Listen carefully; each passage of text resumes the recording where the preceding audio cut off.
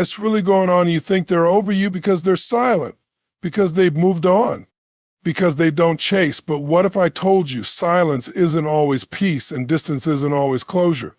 Let me say that again. Just because someone is quiet doesn't mean they're done. And just because someone left doesn't mean they don't feel. Today, we're pulling back the curtain on what's really going on inside the mind, inside our brain, the patterns, the fears, the wiring, and what it means for you. Because here's the truth, this isn't just about them. This is about how you heal, rise, and reclaim your power. They may have avoided you, but you don't have to avoid the truth anymore. The truth is they're not over you. They're over their capacity to face what loving you stirred up. But now it's not about them. It's about you. And the most powerful move you can make is forward. Your ex didn't walk away because they felt nothing. They walked away because feeling something, especially something deep, raw, and real, was too much. See, when you're dealing with an avoidant, you're not dealing with someone who doesn't care. You're dealing with someone who cares more than they know how to handle. You're dealing with someone whose nervous system interprets emotional intimacy as a threat, not a gift. Someone whose default response to closeness is to back away, even when their heart wants to lean in. You may have thought if they really cared, they wouldn't have left, but that's not how their wiring works. For someone with avoidant tendencies, the closer they get to someone they truly care about, the more they fear being consumed, judged, or ultimately not enough. And rather than risk rejection or the loss of autonomy they associate with intimacy, they push away the very thing they crave. It's not indifference, it's self-protection. And that protection shows up as distance, as coldness, as detachment. But beneath that exterior is someone gripped by fear of being hurt, fear of being hurt. They may have spent years building walls instead of bridges, and when you came into their life with warmth, love, connection, they didn't know what to do with it. So they ran, and here's the kicker, they didn't just run from you, they ran from themselves. From the feelings you triggered, from the vulnerability you required. Because for them, vulnerability is danger. It's weakness. And love, the kind of love that requires you to show up fully and emotionally, feels like too big a risk to someone who's spent a lifetime avoiding their inner world. They didn't leave because you weren't enough. They left because they felt too much. And they didn't have the tools to sit with it, process it, and stay. They were never taught that it's safe to feel.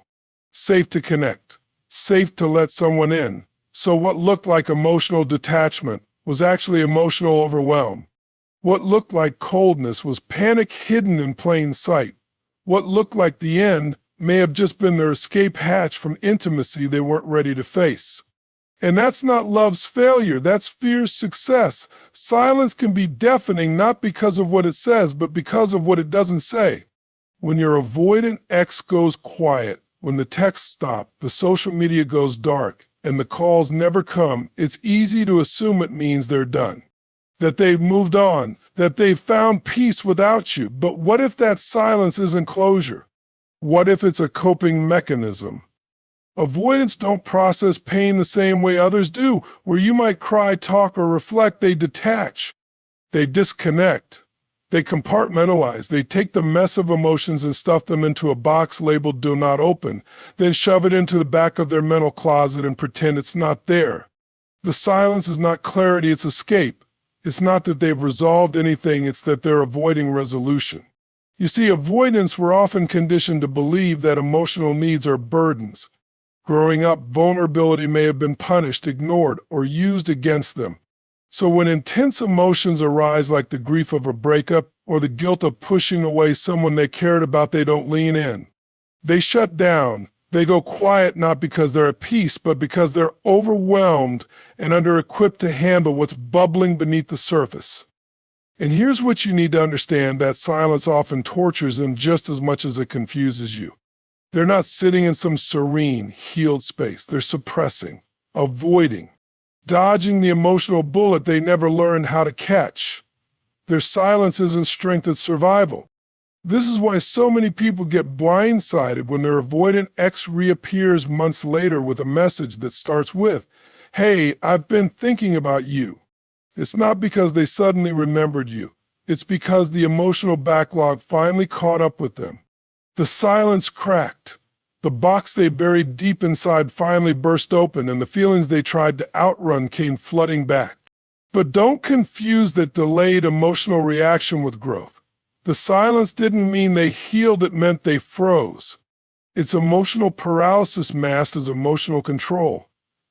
And while they were silent, you were stuck searching for answers, blaming yourself, trying to make sense of a void they created. So no, their silence isn't proof they're over you. It's proof they're overrun by feelings they haven't figured out how to filter. You might lie awake at night, heart aching, wondering how they can just move on like nothing happened. Wondering how someone who said they cared, who shared moments, secrets, and dreams with you, could seem so unaffected. You imagine they've erased you, that they've deleted every memory and sealed it shut. But what if I told you they think about you more than you think? They just process it differently. See, when you're emotionally attached, you feel the loss in waves, sadness, longing, love, grief all flooding your system. You want to talk about it, cry through it, get clarity, closure, connection, but the avoidant doesn't navigate pain that way. Instead of feeling their way through it, they think their way around it. They intellectualize it, they analyze, they rationalize. They'll replay moments in their head, dissect conversations, reframe their emotions as logic, and convince themselves they made the smart choice. But what they're really doing is building a mental barrier between themselves and the raw emotion they're terrified to feel. Avoidants are masters at convincing themselves they're fine until they're not. And by the time they realize something's off, it's not because they've had a change of heart, but because the feelings they've buried are starting to break through the cracks. You may have already felt your pain, processed it, healed from it, but they're just starting to feel now. Delayed grief, delayed love, delayed everything. You see, they don't miss you the way you missed them, not at first, but they do notice your absence in small moments, quiet moments, when they hear a song you loved, when they reach for their phone and realize there's no message waiting, when they accomplish something and instinctively want to share it, but you're not there. They think about you, not with tears on their face, but with an ache they won't name. They wonder if you've moved on, if you hate them, if you ever really understood them. But instead of reaching out, they pull back further, because pride and fear are louder than the whisper of regret. So no, they haven't forgotten you. They just don't know how to feel you. While you're feeling to heal, they're thinking to avoid. And in that space between your heart and their head lies all the unspoken truth. They're not over you, they're over their ability to deal with what loving you stirred up inside of them. It's one of the hardest things to accept, that the person you gave so much of yourself to may never give you the closure you crave. That the person who left may never fully explain why. That the silence might be permanent. And so you wait. You wait for the message, the apology, the sign that you mattered. But let me ask you something real. How long will you keep handing your power to someone who couldn't even hold your heart with care? The truth is, your healing will never come from their explanation. It will never come from their validation. And it sure as hell won't come from their return. Because someone who couldn't show up for themselves was never going to show up for you the way you needed. And yet, here you are, standing in the ruins of what could have been, thinking that somehow their story holds the key to your freedom. It doesn't. They ran from intimacy, from emotion, from the work. And you're still here, hoping they'll turn around and choose you differently. But they can't. Not until they choose themselves first. And that's a battle only they can fight. You're not weak for wanting answers. You're human. But the most powerful realization you will ever have is this: you don't need their permission to move on. You don't need their words to feel worthy. You don't need their love to feel whole. What you need, what you've always needed, is to choose yourself. You are your own closure. You are your own rescue. Because if you keep waiting for the very person who hurt you to hurt you'll stay stuck in a loop they walked away from without looking back. This isn't about punishing them. It's about freeing you. You can grieve what you lost without losing yourself in the process. You can accept what happened without accepting that it defines your worth. Let them avoid. Let them hide. Let them chase distractions in silence and distance. But you rise. You reclaim. You decide right here, right now, that their inability to love you wasn't a reflection of your unlovability, it was a reflection of their unreadiness. And you no longer need to wait for someone else's growth to start living your life. You are not their unfinished lesson, you are your own new beginning. So here you are still questioning their silence, still measuring your worth against their ability to show up, still wondering if the love was ever real. And I'm here to tell you, it was.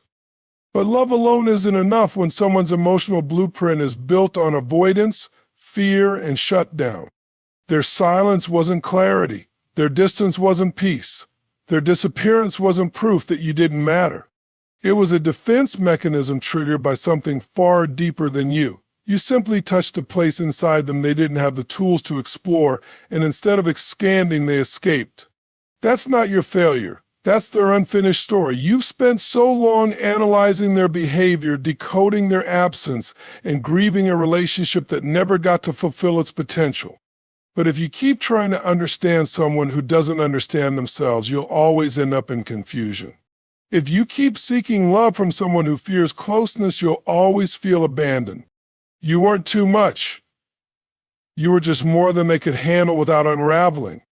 And instead of facing that inner chaos, they took the path of least resistance, silence, detachment, emotional withdrawal. But their avoidance doesn't define your value. It only reveals their capacity. Yes, they still think about you. Yes, you mattered, but that doesn't mean you should wait. Their thoughts won't heal you. Their delayed emotions won't bring you peace. And even if they came back today, you'd still need to ask, are they capable now? Can they face love instead of fleeing from it? Because love that requires you to shrink, silence yourself, or beg for connection isn't love, it's a trauma reenactment. And you didn't survive what you did just to repeat the same pattern in different packaging. You deserve a love that doesn't retreat when things get real. A love that stands with you, not one you have to chase through silence. So now it's your turn, not to prove your worth to them, but to remember it for yourself. To choose healing over waiting, growth over rumination, self-respect over self-doubt. Let their silence be the closure. Let their absence be the answer. You don't need their return to write your next chapter. You are the author now. You hold the pen, and the story you write from this point forward, that's the one where you stop looking backward and finally become the version of you who no longer begs to be chosen because they are the choice. Thank you for staying with me through every word, every truth, and every breakthrough. If this message stirred something in you good, that means you're alive, you're aware, and you're ready to rise. Remember, healing isn't about forgetting them. It's about remembering you. If this spoke to your heart, share it with someone who needs it. And if you're walking the path of letting go and reclaiming your power, know this: you're not alone.